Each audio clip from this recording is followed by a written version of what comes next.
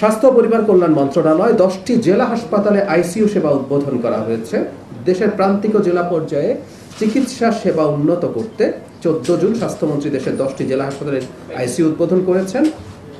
বিশ্ব ব্যাংকের অর্থায়নে পরিচালিত এই প্রকল্পের আওতায় প্রতিটি আইসিইউ ইউনিটে পেডিয়াট্রিক ভেন্টিলেটর, খেয়াল করুন, বাচ্চাদের জন্য ভেন্টিলেটর এখানে রাখা হচ্ছে, অক্সিজেন কনসেন্ট্রেটর সহ আধুনিক চিকিৎসা সরঞ্জাম যুক্ত করা হয়েছে।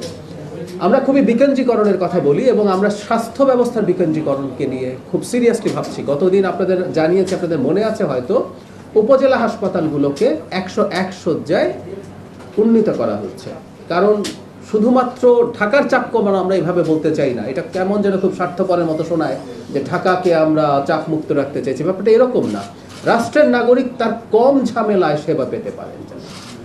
একটা দরিদ্র নিম্ন মধ্যবিত্ত মানুষ যখন কোনো চিকিৎসার জন্য ঢাকায় আসতে হয়, তার সংকট হয়, তার সাথে কেউ একজন আসতে হয়, তার ব্যয়ের প্রশ্ন আছে, তার থাকার জায়গার প্রশ্ন আছে, এরকম নানান সংকট আছে। অ্যাট দ্য সেম টাইম চিকিৎসার ক্ষেত্রে অনেক এমার্জেন্সি আছে যেখানে টাইমটাই জীবনের সমান হয়ে দাঁড়ায়। সেই কারণে আমরা সেটা করতে চাইছি। ঠিক একইভাবে এখন 10টা জেলায় জেলা হাসপাতালে আইসিইউ ইউনিট উদ্বোধন করা হয়েছে। আবারও বলি, এতে শিশুদের জন্য বিশেষ ভেন্টিলেটর এবং অক্সিজেন কনসেন্ট্রেটর থাকছে। স্বাস্থ্যসেবা দোরগোড়ায় পৌঁছাতে পাইলট স্কিম একটা ঘোষণা করা হয়েছে। 13 জুন নরসিংদীর মনোহরদী উপজেলা পরিষদের এক অনুষ্ঠানে এটা হয়েছে। এটাতে কি হচ্ছে, এটা খুব ইন্টারেস্টিং।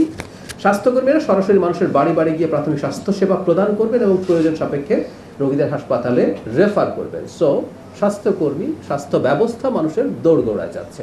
আমাদের মধ্যে এক ধরনের প্রবণতা আছে, আমরা রোগকে খুব বেশি গুরুত্ব দেই না, প্রাথমিক অবস্থায় গুরুত্ব দেই না। সমস্যা যেটা হয়, প্রাথমিক অবস্থায় যখন আমরা কোনো রোগকে গুরুত্ব দেই না, সেটা জটিল হয়, সেটা দেশের স্বাস্থ্য ব্যবস্থার উপরে চাপ তৈরি করে। আপনি খেয়াল করবেন, আমাদের মাননীয় প্রধানমন্ত্রী নির্বাচনের আগে যখন তিনি বিএনপির চেয়ারপারসন হিসাবে বিভিন্ন জায়গায় কথা বলছিলেন, তখন তিনি প্রিভেন্টিভ স্বাস্থ্য ব্যবস্থা, প্রতিরোধমূলক, একটা হলো প্রতিষেধক হতে পারে, আর একটা হচ্ছে রোগ আপনি হতে দিলেন না বা খুব কম অবস্থায় ইন্টারভিউ করলেন, তিনি সেই চেষ্টাটা করছেন। এবং যখন রাষ্ট্র সিদ্ধান্ত নেয় সে জনগণের স্বাস্থ্য ব্যবস্থার দায়িত্ব নেবে, তখন সে চেষ্টা করবে যত আগে সম্ভব সেটাকে ডিটেক্ট করা। আমাদের সেই ধরনের প্রকল্প শুরু হচ্ছে।